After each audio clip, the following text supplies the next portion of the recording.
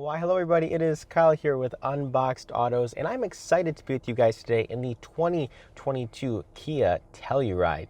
Now, the Telluride is one of Kia's best-selling vehicles. It's also their largest SUV, can very comfortably fit 7 people. Not to mention, it's a great value proposition. This car is very popular with, with larger families, and, for a reason, it's also one of Car and Driver's 10 best. So really, we have a lot going on here. We have, high quality, great value, lots of standard safety features. So it's just really, an overall just a great deal. Now, the Telluride goes up against some pretty stiff competition from both the Germans and the Americans. On the American side, we're looking at Chevy Traverse, Ford Explorer, and then also the new Jeep Grand Cherokee.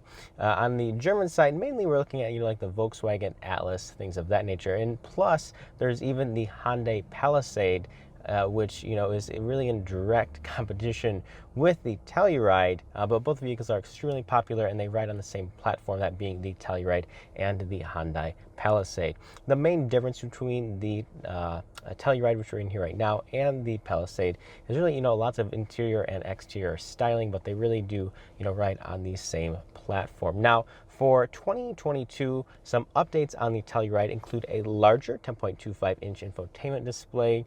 We have automatic temperature control across the entire line, both with the base model all the way up to the top trim level.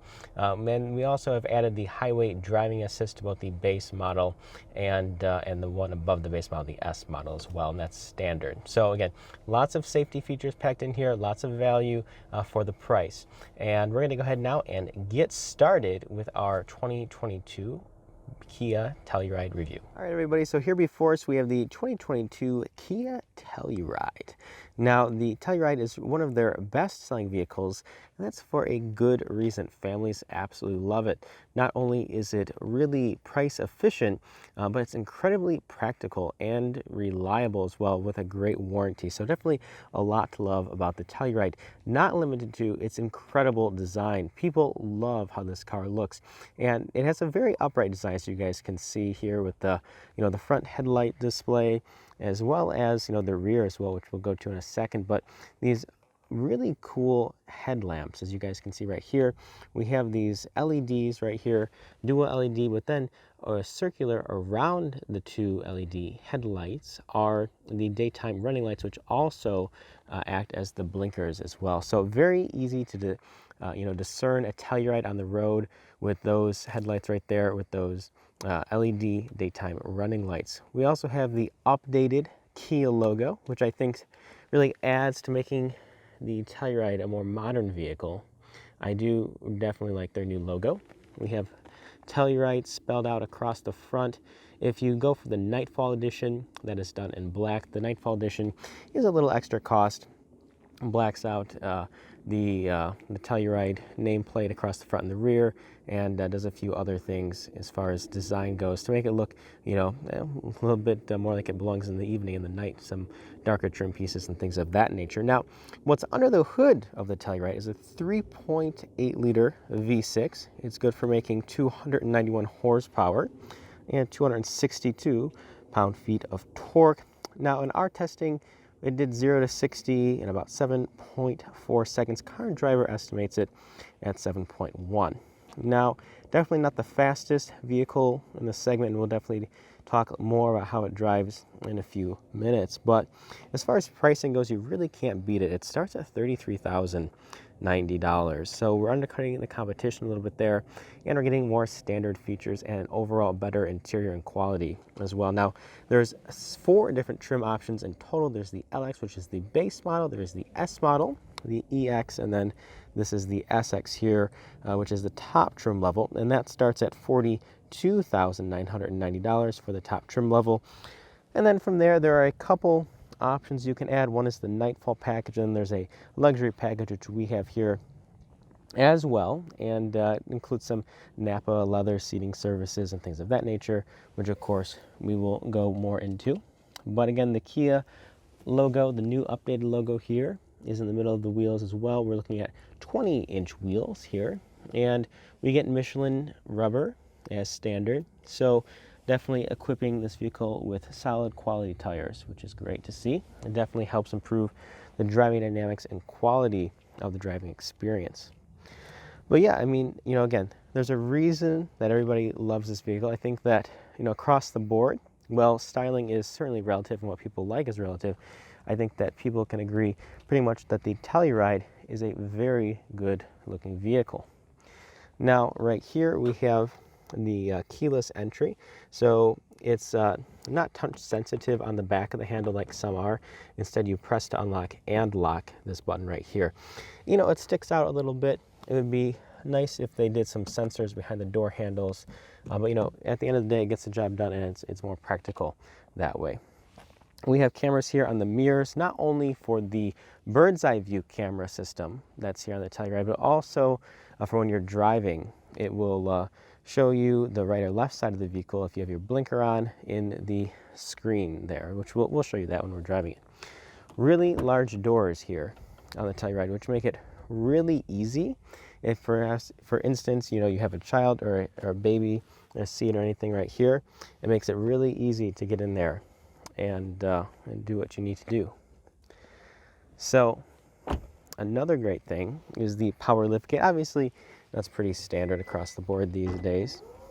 But it opens up nice and quick as well. Some of them take a really long time to open. But back here we have some storage underneath here, right here. We have all of the seats up right now, so we have seating for 7 passengers. Love the dual moonroofs up top. That's great for the rear and middle passengers. These seats easily fold down, so if you want to add more cargo space, you can do that as well. But not a ton of room right here, but of course it's also not a Suburban, so pretty standard amount of room right here with the 3rd row up. Go ahead and close that as well. So in regards more to the back seat here, we also have a couple of really great features in the rear, and this is not seen on competition at this price point. We have both heated and cooled seats for the rear, or for the middle passengers. So that is really unheard of at this price point. The middle seats are also highly adjustable, making it extremely comfortable. There's tons of leg room here in the middle row, and it's just a very comfortable place to spend time. We also have sunshades here. We have the premium headliner up here as well, which really makes the entire interior stand out, not just in terms of styling with the 2 different tones of color going on right here, but also in terms of quality. It just feels really nice. Of course, we have the rear passenger controls right here for the heat and air conditioning with adjustable vents up here in the ceiling. And yeah, it's just, again, super comfortable place to spend time. Down here, we also have a electrical outlet as well as a plug-in there. We also have a USB right here, another USB right here as well. So plenty of different options for charging, that's for sure. Now I'm going to go ahead and get in the 3rd row here. So in stadium seating, so basically the rears sits up a little bit. So these seats are all the way back. We'll go ahead here and see. These seats are all the way back, so we could easily, put these up. And it's not terrible. I could sit here for a little while. I wouldn't want to sit here, for hours. But, especially if we add, again, this seat can move forward and backwards. So if we move that up a bit, they still have tons of room. I'm 5'10". So, honestly, really usable 3rd row. I'm quite surprised. And there's also this nice window right here you can look out of. We have a speaker back here, as well as an additional USB charger to keep all of our devices powered up and running. We have a couple of cup holders here. Same goes for the left side. And what's nice is we also have air vents here all the way in the 3rd row as well, which some competitors don't have. So we'll go ahead and step out. But yeah, overall, this is a huge plus for the Telluride, is just how comfortable the entire car is and how much space is offered. It's really fantastic. So we'll go ahead now and sit in the driver's seat. But before we get inside, I want to point your attention here to the seat controls. So not only do we have, of course, the lumbar support, we can adjust the seat forward, up and down, all right here. So this moves up and down right here, as well as the back. So we have 4 different ways to move it up and down. And we also have the light control. So if we want extra support, we can do that. It can actually go out quite far. Now, these are the premium seats, and they are very comfortable. We have some Napa inserts, Napa leather inserts. Very nice. Very quiet inside.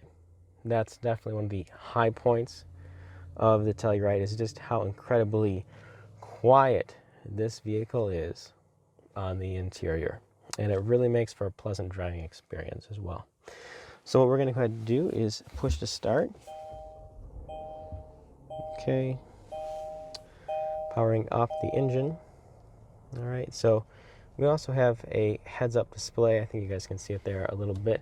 It displays cruise control information, driving information, and blind spot information as well, if you want it to. You can also just have it display speed or turn it off completely, but really nice to have the heads-up display. The door panels, I really think that they did a good job in terms of quality. So, it's not overly plasticky. It's not that shiny plastic. It's a nicer, softer material. Moving down here in the middle, we have this wood inlay. It's okay. Quality is decent. It's not the worst and not the best. But as a whole, nice door handles, great window control buttons. I really like how this feels. Everything is nice and solid. So in terms of quality overall, very good. Over here we have some different safety options. So we have our blind spot detection, we have our lane keep assist, and we can also, of course, open up the rear hatch from right here and turn off traction control and adjust the brightness here of our driver's display. We have a little bit more of that fake wood trim, as well as an air vent, of course, and yeah, it looks pretty good. I like the manual gauges here. I like that they're not all digital, so we really do like that. Now, there is something to be said for having a large digital display, but this center screen really can display a lot of information. We have navigation, we have the all-wheel drive system. It shows where the power delivery is going. We have tire pressure, we have our attention level, and then when we have driver cruise control assist features going out, will show up right there.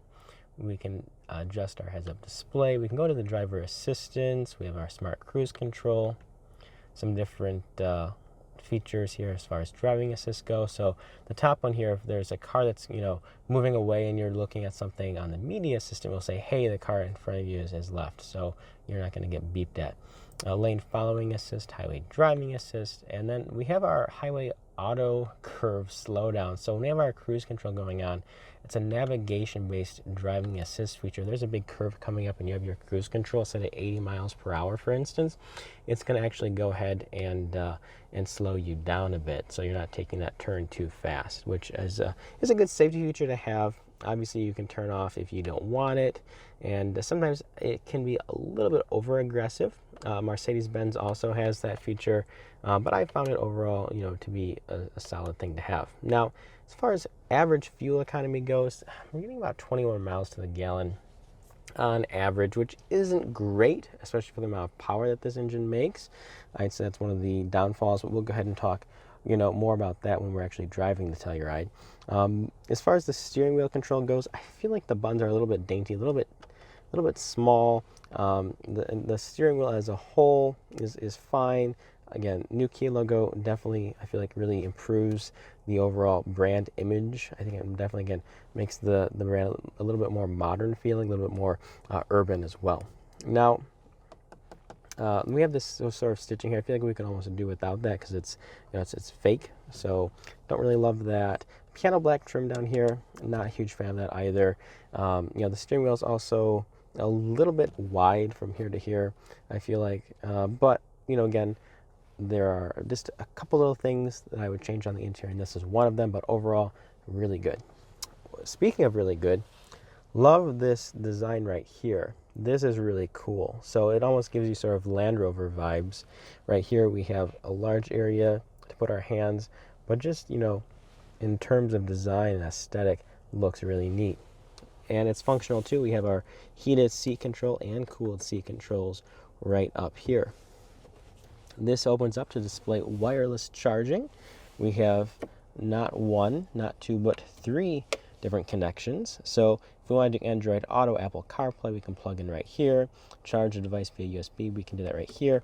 Or if we want to go ahead and charge it with an external charger, 12 volt, we can do that right here. And if you don't want to look at any of that, this can close right there. Shifter, pretty good. We have our bird's eye view camera. Absolutely love this feature right here. That's showing the rear wheels. So when we're parallel parking, which I do all the time in the city, we're not scraping the rims. Same as if we put it in drive, that gives you the option to look at the wheels. Most cars have bird's eye view cameras today. At least it's an option on most cars.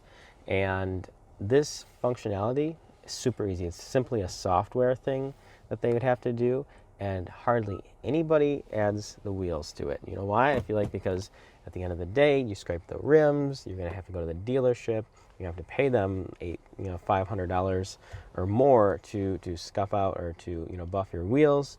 So they're making money, right? So I think a lot of manufacturers haven't done it because, hey, they'll go to the dealership, they'll do some maintenance, etc., spend some money with them. But really, they should. Everyone should do that because it's such a great thing to have. And Kia does that, Hyundai does that, Genesis does it as well. It's a great thing. We have auto stop start off right here. We have our different drive modes, sport mode, smart, which smart mode is really what it does is it measures your throttle and braking inputs, and then it will change it between eco mode up here, comfort, and sport. So I normally just have it in comfort mode. Sport mode changes the throttle response a little bit in the gear and the gearing of the 8-speed automatic transmission, but really doesn't do much. So really the main things I'd be thinking having it in would be comfort mode and then snow mode. If obviously you're in the snow, you can do that. If you're doing some off-road, you can go ahead and lock the center. That will deliver power to all four wheels. It basically is the all-wheel drive system on at all times.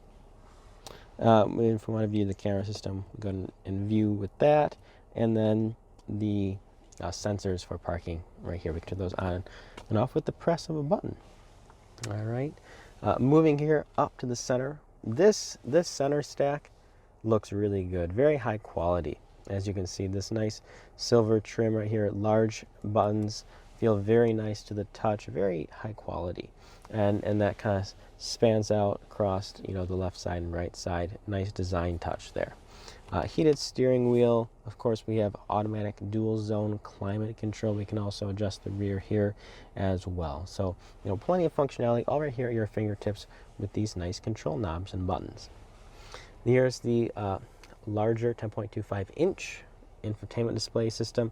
Now, I still feel like there's a ton of extra space here, as you guys can see here. Lots of space right here on the left and right side.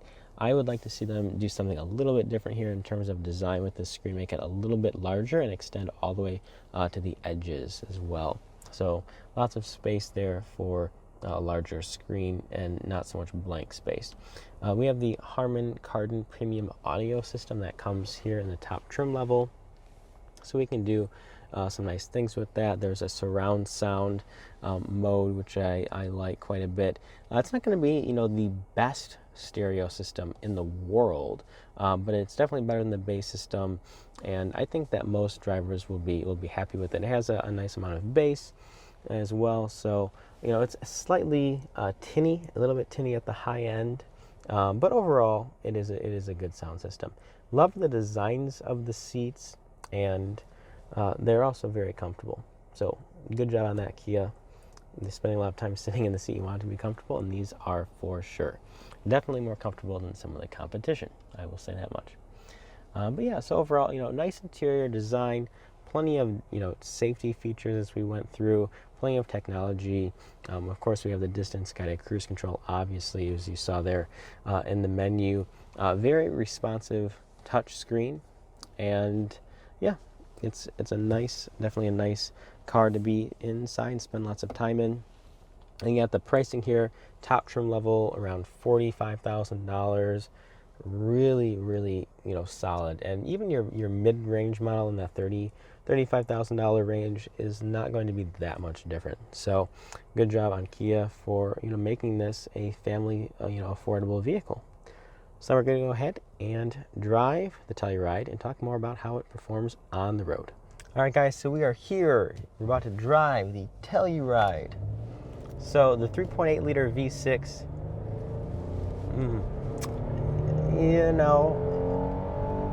it will get moving once especially once you get past that 4,000 RPM range. And, obviously a 0 to 60 time of about 7.5 seconds is acceptable for a 3-row SUV that you're going to be hauling the family around in.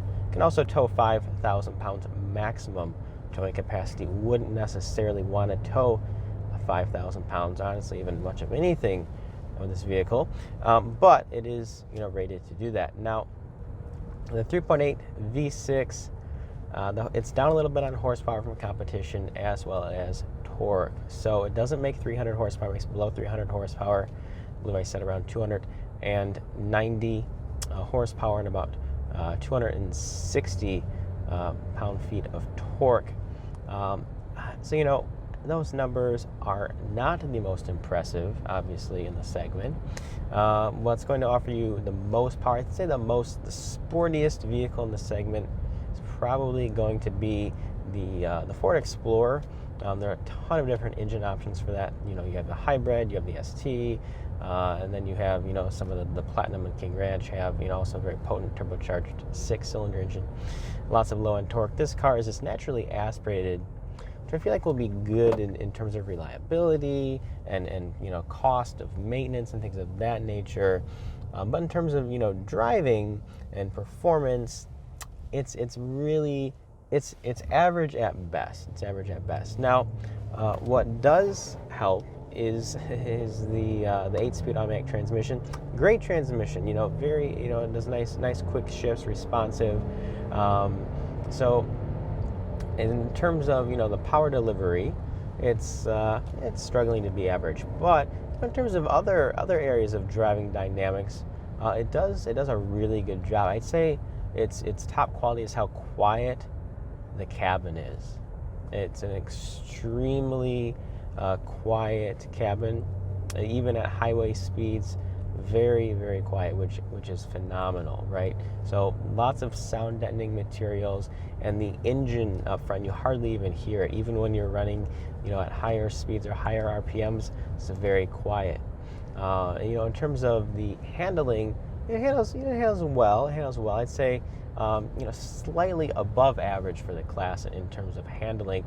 A limited body roll. The steering is relatively precise, and if you want to be even stiffer, a little bit more sensitive, you can of course switch it up into sport mode. But I will tell you, in terms of road feel, there's not a lot of road feel. In fact, there's very little road feel. I wish there was a little bit more of that coming through here in the steering. But again, it's precise, and the body roll is limited, and they don't make the steering too easy, if you will. It's a nice amount of effort to steer the vehicle. And in terms of braking as well, nice pedal feel, well actuated brake pedal. So we definitely like that. Plenty of stopping power. It stops quick, and it has a really nice gradual bite to the brakes. So if you want to, kind of relax up to the stop, you can do that, and you're not feeling, there's not like a big, gap in between, low brake pressure to high brake pressure. So that's nice. But, overall, an easy car to drive. It has, some great safety features, one of which, is the blinkers. So if we have the blinkers on, for instance, on the right, there's a screen that pops up here in the middle of the dashboard, and it will show the camera view for either the right side or the left side of the vehicle. Fuel economy is a little bit below average as well. We're looking, at about, combined from what I've been getting, about 21 miles to the gallon combined, and that's with about 65% highway driving, okay? And I haven't had enough time to tell you, in the city, haven't driven this enough in the city to give you my actual real world number, but I can tell you combined is about 21 miles to the gallon. That's over about 4 hours of driving, 131 miles. But I think for families, they're going to be looking at safety features, which this checks all those boxes. They're going to be looking at, comfort. This is a very comfortable vehicle. And they're going to look at space, very spacious inside. And they're going to look at, pricing affordability. And this checks all of those boxes. And that's why, the Telluride has won so many awards and so popular, is because, it really hits the sweet spot of each of the segment important parts of the segment. And I wouldn't say it's, particularly excellent in any one driving category, but it gets the job done, and it is excellent in terms of, again, pricing, space for families, and that's what the 3-row SUV game is all about in this price range. If you want something, I'd say a little bit more modern, I'd look at the Volkswagen, the Atlas, right? That's a little bit more modern to it, but it doesn't have as much functionality as this car. And again, that vehicle, even in terms of driving dynamics, it really isn't that good at all. So honestly, this car, as far as driving dynamics, is better than the Volkswagen Atlas. But again, depending on the brand image that you want, depending on your needs, the Atlas is a little bit of a cooler vehicle, but only slightly. I'd say the Telluride is definitely one of the coolest vehicles in the segment. I'd say it probably fights with Atlas for top spot as far as cool vehicles go in the segment. As far as direct competition, Chevy Traverse, Ford Explorer are going to be right up there. I would get this over a Chevy Traverse because of the interior. I think that this, is a more spacious, open interior, and the driving dynamics of the Traverse are just a tiny bit better in terms of power delivery. Not even really, in terms of handling, just in power delivery. So I'd still go for this guy right here. Personal favorite of this segment is going to be the Ford Explorer ST, but that's just because I'm more of a sports car guy, so I'm not really ever going to be buying a 3-row family SUV.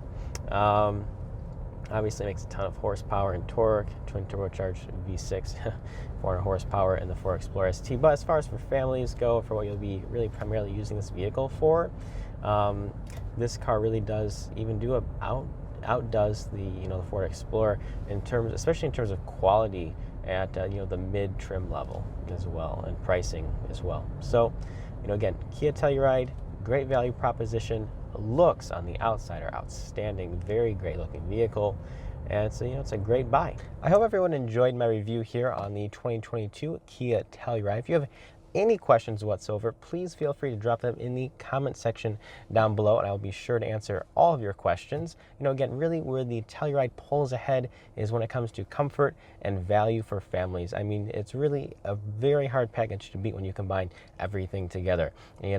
Depending on what you're looking for, there may be, a better choice like we've talked about. If you're really looking for something sporty, very performance oriented, you might want to go with a Ford Explorer.